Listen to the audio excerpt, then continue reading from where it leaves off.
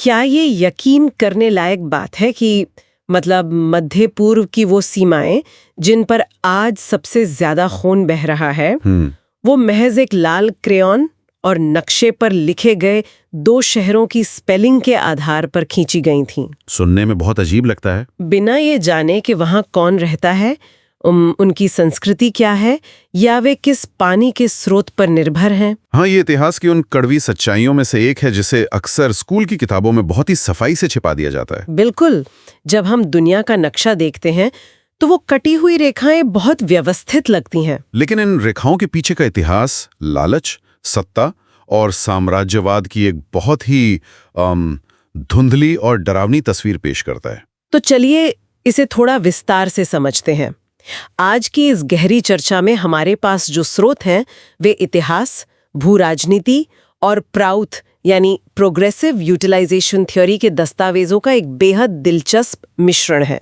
जी, और हमारा मिशन ये समझना है कि कैसे प्रथम विश्व युद्ध के दौरान बंद कमरों में खींची गई स्वार्थी रेखाओं ने और आज के सैन्य औद्योगिक गठजोड़ ने दुनिया को एक ना खत्म होने वाले संघर्ष में धकेल दिया है। सही कहा। और साथ ही हम निष्पक्ष रूप से ये भी देखेंगे कि कैसे प्राउथ का सिद्धांत इसके विकल्प के रूप में एक सहयोगात्मक और सीमा रहित विश्व सरकार की परिकल्पना पेश करता है। तो इस पूरी कहानी को समझने के लिए हमें साल 1916 में जाना होगा। प्रथम विश्व युद्ध का समय। बिल्कुल, युद्ध अपने चरम पर था। लाखों लोग खाइयों में जान गंवा रहे थे और इसी बीच दो यूरोपीय कूटनीतिज्ञ, ब्रिटेन के मार्क साइक्स और फ्रांस के फ्रांसवा जॉर्जेस पिकॉट, हाँ, ये दोनों एक बंद कमरे में बैठकर मध्य पूर्व को आपस में बांटने की योजना बना रहे थे, जिसे हम आज साइक्स पिकॉट समझौता कहते हैं। और सबसे हैरान करने वाली बात यह है कि उन्होंने सीमाएं कैसे तय की। मतलब उन्होंने नक्शे पर लिखे शहरों के नामों की टाइपोग्राफी का इस्तेमाल किया। जी। भूमध्य सागर के तट पर स्थित एकर शहर के ई अक्षर से लेकर उत्तर में किरकुक के अक्षर तक एक सीधी लकीर खींच दी गई। जरा सोचिए, एक शासक ने एक स्केल रखा और नक्शे पर बस एक लकीर खींच दी। बाप रे। उन रेखाओं के बीच सदियों से जो समुदाय एक साथ रह रहे थे, जो घुमंतू कबीले थे, हाँ, उनके चारागाह, उनके व्यापारिक रास्ते, किसी चीज की परवाह नहीं की गई। यहाँ जो बात सबसे दिलचस्प है वो ये है कि इन लोगों ने उन जगहों का कभी दौरा तक नहीं किया था। सच में? बिल्कुल। और ये सब केवल कूटनीति का हिस्सा नहीं था, इसके पीछे एक बहुत बड़ा वित्तीय और आर्थिक लालच था। और वो लालच था तेल का। एकदम सही। 1911 में विंस्टन चर्चिल ने ब्रिटिश नौसेना को कोयले से हटाकर तेल पर स्थानांतरित करने का एक ऐतिहासिक फैसला लिया था। क्योंकि तेल से चलने वाले जहाज ज्यादा तेज थे। हाँ, और उन्हें कम ईंधन की जरूरत होती थी, जिससे वे युद्ध में एक बड़ा रणनीतिक फायदा दे सकते थे। लेकिन ब्रिटेन की सबसे बड़ी समस्या ये थी कि उनके पास अपना कोई तेल भंडार नहीं था। तो उन्हें ऑटोमन साम्राज्य के कच्चे तेल पर कब्जा करना ही था। इसी कड़ी में मुझे वो रेड लाइन अग्रीमेंट वाली घटना बहुत अचरज में डालती है। आप कैलोस्टे गुल्बेंकिन की बात कर रही हैं? जी, एक अर्मेनियाई व्यापारी जिसे बाद में मिस्टर 5% भी कहा गया।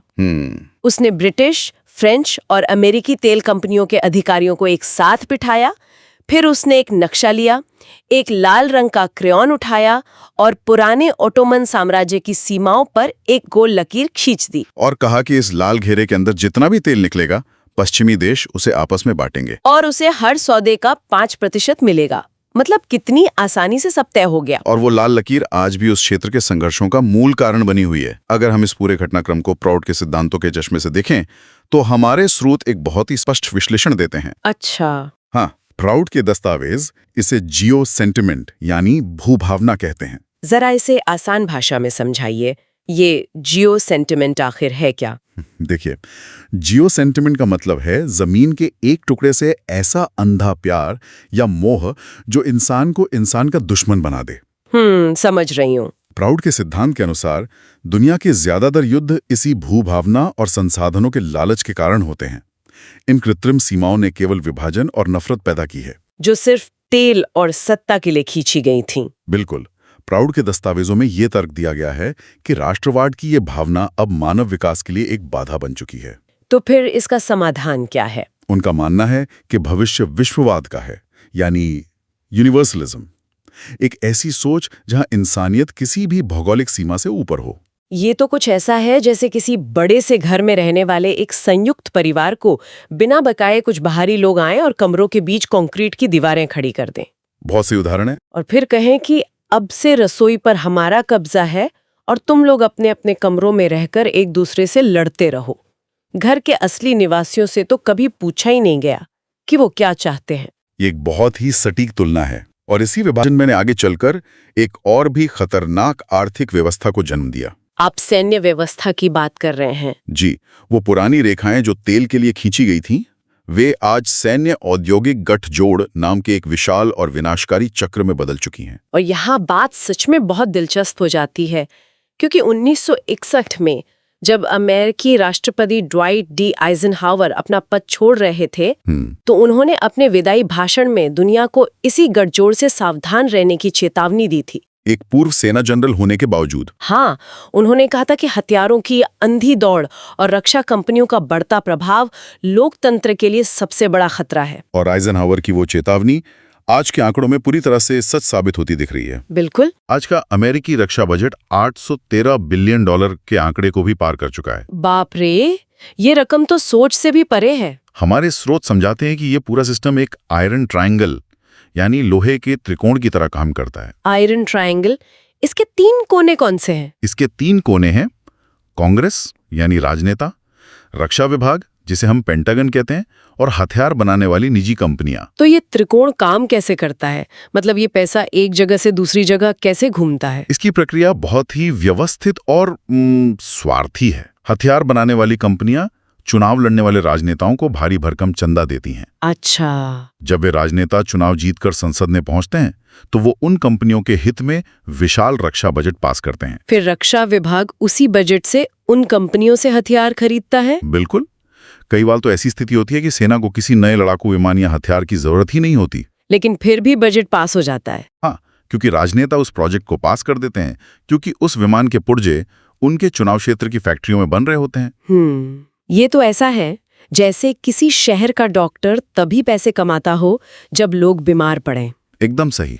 ऐसे में वो डॉक्टर या कहें वो पूरा मेडिकल सिस्टम कभी नहीं चाहेगा कि शहर के लोग पूरी तरह से स्वस्थ हों। हाँ। अगर दुनिया में शांति आ गई तो इन हथियार कंपनियों के शेयर तो औंधे मुंह गिर जाएंगे। यही इस व्यवस्था का सबसे काला सच है। युद्ध और संघर्ष इनके लिए मुनाफा कमाने का जरिया है। हमारे स्रोतों में जॉन मेरशाइमर के भू राजनीतिक विश्लेषण का भी जिक्र है। उन्होंने क्या कहा है?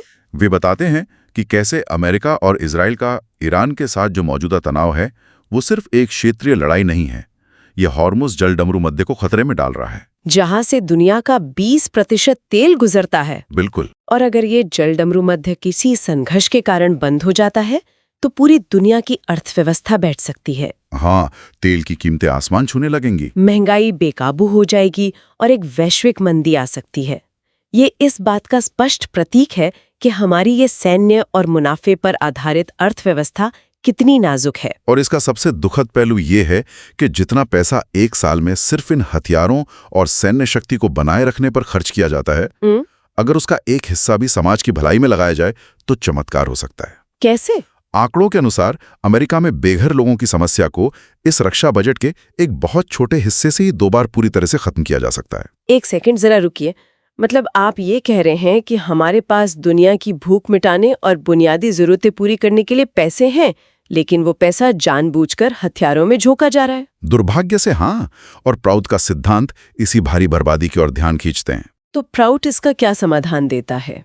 इस सिद्धांत के समर्थकों का तर्क है कि जब तक अर्थव्यवस्था लालच और केंद्रीकृत मुनाफे पर टिकी रहेगी तब तक समाज में हमेशा अभाव बना रहेगा, यानी स्कार्सिटी। जी, और इसके समाधान के रूप में प्राउड सहकारी संसाधन प्रबंधन का एक मॉडल पेश करता है। तो ये सहकारी मॉडल इस सैन्य अर्थव्यवस्था से कैसे अलग है? ये जमीनी स्तर पर काम कैसे करेगा? अगर हम इसे व्यापक संदर्भ में देखें तो प्राउड का ढांचा ये मानता है कि बड़े उद्योग, कृषि और व्यापार, हाँ, ये सब चंद निजी निगमों या कॉरपोरेशंस के हाथों में नहीं होने चाहिए। क्यों नहीं? क्योंकि एक निजी निगम का मुख्य उद्देश्य किसी भी तरह से मुनाफा कमाकर अपने दूर बैठे शेयरधारकों की जेब भरना होता है। तो फिर इसका नियंत्रण किसके पास होना चाहिए? प्राउड का सुझाव है कि अर्थव्यवस्था का अधिकांश हिस्सा सहकारी समितियों और स्थानीय निकायों द्वारा प्रबंधित होना चाहिए। मतलब स्थानीय लोग ही तय करेंगे कि उन्हें क्या उत्पादन करना है। बिल्कुल, केवल बहुत ही छोटे उद्योग जिन्हें सहकारिता के आधार पर चलाना व्यावहारिक न हो,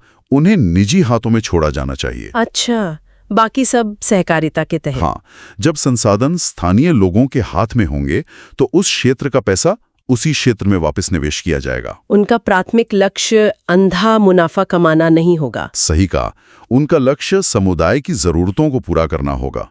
इस व्यवस्था में हथियारों की दौड़ में जो अथाह संसाधन बर्बाद हो रहे हैं, उन्हें शिक्षा और स्वास्थ्य की दिशा में मोड़ा जा सकता है। यह विचार निश्चित रूप से एक बहुत ही प्रगतिशील और आशावादी दृष्टिकोण पेश करता है। लेकिन यहाँ एक बहुत बड़ा व्यावहारिक सवाल खड़ा होता है। अगर हम मान लें कि संसाधनों का बंटवारा स्थानीय स्तर पर हो रहा है, तो इस पूरी दुनिया को एक साथ सुचारू रूप से चलाया कैसे जाएगा? आपका मतलब है वैश्विक स्तर पर फैसले कौन लेगा? हाँ, क्योंकि अगर हम देशों की सीमाओं को अप्रासंगिक मान रहे हैं, तो कोई तो केंद्रीय शक्ति होनी चाहिए ना। इस चुनौती से निपटने के लिए प्राउद के दस्तावेज एक विश्व सरकार का एक बहुत ही स्पष्ट खाका पेश करते हैं। विश्व सरकार, ये व्यवस्था मौजूदा संयुक्त राष्ट्र से कैसे अलग होगी? संयुक्त राष्ट्र मुख्य रूप से देशों का एक समूह है जहां वीटो पावर का दबदबा है। हाँ, जहां कुछ ही देशों की चलती है। लेकिन प्राउद की विश्व सरकार एक वास्तविक विधायी संस्था होगी। इस ढांचे के अनुसार इसके 2 सदन होंगे, जैसे हमारे यहाँ संसद में होते हैं। कुछ वैसा ही। एक निचला सदन जिसमें प्रतिनिधियों का चुनाव दुनिया की जनसंख्या के आधार पर होगा। इससे यह सुनिश्चित होगा कि बड़ी आबादी वाले क्षेत्रों को उचित प्रतिनिधित्व मिले। लेकिन इसमें तो एक खतरा है। क्या? अगर सिर्फ जनसंख्या के आधार पर चुनाव हुआ तो बड़े देश छोटे देशों को हमेशा दबा देंगे। जिनके पास ज्यादा आबादी है वही सारे कानून बनाएंगे। और इसी खतरे को रोकने के लिए ऊपरी सदन की परिकल्पना की गई है। अच्छा, तो ऊपरी सदन कैसे काम करेगा? ऊपरी सदन में हर देश या क्षेत्र से समान संख्या में प्रतिनिधि आएंगे, चाहे उनकी आबादी कितनी भी हो। कोई भी कानून तभी पास होगा जब वो दोनों सदनों से मंजूर हो। इसका मतलब है कि शक्ति का संतुलन बना रहेगा। बिल्कुल। इसका मुख्य उद्देश्य स्थानीय अल्पसंख्यकों पर होने वाले किसी भी तरह के अत्याचार को रोकना है। समझ गई। शुरुआत में ये विश्व सरकार केवल कानून बनाने का काम करेगी और प्रशासन का काम स्थानीय सरकारों के पास ही रहेगा। हमारे स्रोतों में इस विश्व सरकार के साथ साथ एक आम विश्व भाषा और एक विश्व सेना का भी जिक्र किया गया है। हाँ, विश्व सेना का विचार इसलिए महत्वपूर्ण है ताकि अलग अलग देशों को अपनी अलग विशाल सेनाएं रखने की जरूरत ही ना पड़े। अगर दुनिया में एक ही केंद्रीय सेना होगी तो देशों के बीच हथियारों की होड़ अपने आप खत्म हो जाएगी। सही कहा। और वो सारा पैसा जो सेना पर खर्च होता था वो सहकारिता के माध्यम से लोगों के विकास में लगाया जा सकेगा। लेकिन जब मैं इन स्रोतों को पढ़ रही थी तो जिस चीज ने मुझे सबसे ज्यादा सोचने पर मजबूर किया वो था सद्विप्र का विचार। हाँ, सद्विप्र। प्राउड के सिद्धांत में मुझे सबसे अनोखा पहलू लगा। प्राउड के दर्शन में सद्विप्र की भूमिका सबसे क्रांतिकारी मानी गई है। सद्विप्र का मतलब है वे नैतिक और आध्यात्मिक क्रांतिकारी जो समाज के प्रति पूरी तरह समर्पित हों। अच्छा, ये वे लोग होंगे जो यम और नियम के कठोर सिद्धांतों का पालन करते हैं। ये यम और नियम क्या है?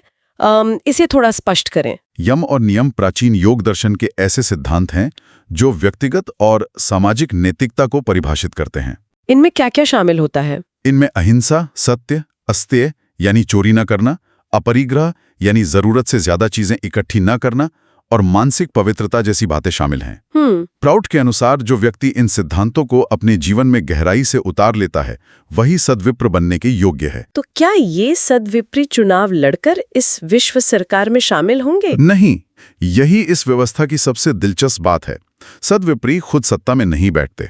तो फिर वे क्या करेंगे? वे सोशल बोर्ड बनाएंगे जो सरकारी संरचना के समानांतर काम करेंगे। ये बोर्ड सरकार के काम में सीधे दखल नहीं देंगे। हाँ। लेकिन वे एक शक्तिशाली नैतिक प्रहरी की तरह काम करेंगे। बिल्कुल, एक वॉचडॉग की तरह। हाँ। अब यहाँ मुझे थोड़ा क्रॉस क्वेश्चन करना होगा। हाँ, पूछिए। ये सुनने में बहुत ही आदर्शवादी और यूटोपियन लगता है। क्या वास्तव में हमें इतने निस्वार्थ लोग मिल सकते हैं जो बिना किसी निजी लालच के सत्ता की निगरानी कर सके? ये सवाल उठना लाजमी है। और अगर वे सत्ता में नहीं है तो कोई भ्रष्ट राजनेता उनकी बात क्यों सुनेगा? उनका मैकेनिज्म क्या होगा? ये एक बहुत ही तार्किक सवाल है।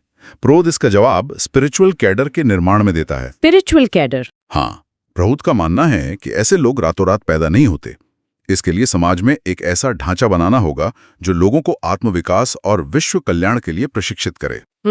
जहां तक उनकी ताकत का सवाल है, उनकी ताकत किसी कानूनी पद से नहीं बल्कि जनता के भरोसे से आएगी। मतलब उनकी नैतिक अथॉरिटी ही उनका सबसे बड़ा हथियार होगी। ठीक कहा। मान लीजिए कोई सरकारी अधिकारी या नेता भ्रष्ट हो जाता है या सहकारिता के संसाधनों का गलत इस्तेमाल करता है, तो फिर ये सद्विप्र क्या करेंगे? ऐसे में ये सद्विप्र अपने सोशल बोर्ड के माध्यम से सीधे जनता तक जाएंगे। वे लोगों को जागरूक करेंगे, शांतिपूर्ण लेकिन शक्तिशाली विरोध प्रदर्शन आयोजित करेंगे और समाज को तब तक लामबंद करेंगे जब तक वो भ्रष्ट नेता सत्ता से बाहर ना हो जाए। बिल्कुल। इतिहास गवाह है कि जब भी व्यवस्थाएं चरमराई हैं, तब समाज के बौद्धिक और नैतिक वर्ग ने ही आगे बढ़ के बदलाव की नींव रखी है। ये एक बहुत ही गहरा विचार है जो राजनीति को नैतिकता के साथ जोड़ने की बात करता है। यहाँ हमारे सुनने वालों को हम स्पष्ट कर दें कि हम इस गहरी चर्चा में इन सिद्धांतों की पूरी तरह निष्पक्ष जानकारी दे रहे हैं। जी, हमारा उद्देश्य केवल इन विचारों का विश्लेषण करना है। प्राउड के जो समर्थक हैं वे इस दृष्टि को लेकर बेहद आशावादी हैं कि ये प्रगतिशील और सहयोगात्मक मॉडल पिछले साम्राज्यवादी आघातों को पूरी तरह से ठीक कर सकता है। यानी जो इंपीरियल ट्रॉमा दुनिया ने झेला है उसे खत्म कर सकता है। बिल्कुल। इस विचार के समर्थक ये भी मानते हैं कि दुनिया को सभी के लिए खुशी और न्याय के साथ रहने लायक एक बेहतर जगह बनाने के लिए लोगों को प्राउड के बारे में और ज्यादा जानना चाहिए। वे लोगों को अपने प्राउड स्टडी सर्कल से जुड़ने और सद्विप्राज मूवमेंट के YouTube चैनल को फॉलो करने के लिए भी आमंत्रित करते हैं ताकि इस सहयोगात्मक मॉडल को जमीनी स्तर पर समझा जा सके। अगर हम इन सभी कड़ियों को एक साथ जोड़कर देखें तो हमारे सामने दो बिल्कुल अलग-अलग तस्वीरें उभरती हैं। हाँ? एक तरफ हमारे पास वो पुरानी व्यवस्था है जो 1916 के साइक्स-पिकॉट समझौते से शुरू हुई, जहां लालच और तेल के लिए बंद कमरों में सीमाएं खींची गईं। उस व्यवस्था ने एक ऐसे सैन्य औद्योगिक गठजोड़ को जन्म दिया जो आज भी संसाधनों को चूस रहा है और दुनिया को युद्ध के मुहाने पर खड़ा रखता है। और दूसरी तरफ हमारे स्रोतों ने प्राउड के माध्यम से एक ऐसा मॉडल पेश किया है जो सहकारिता, विश्ववाद और नैतिक नेतृत्व की बात करता है। आज की इस पड़ताल में हमने यही समझने की कोशिश की कि कैसे एक लाल क्रेयॉन से खींची गई लकीरों ने पीढ़ियों को युद्ध में झोंक दिया और कैसे हथियारों की भूख हमारे समाज के बुनियादी संसाधनों को निगल रही है। बिल्कुल। और देखिए, ये समझना कोई किताबी ज्ञान नहीं है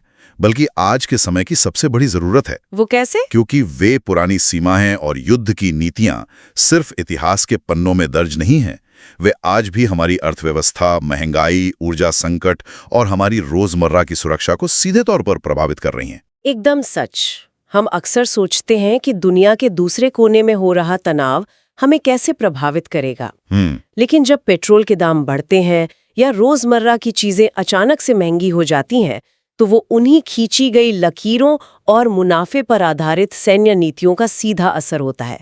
सूचनाओं के इस भारी शोर में यह समझना आवश्यक है कि ये पूरा सिस्टम आखिर काम कैसे करता है। इस पूरी चर्चा से एक बहुत ही महत्वपूर्ण सवाल पैदा होता है जिस पर गहराई से सोचने की जरूरत है। वो क्या? मान लीजिए कि भविष्य में मानवता वास्तव में उस लालच से ऊपर उठ जाती है।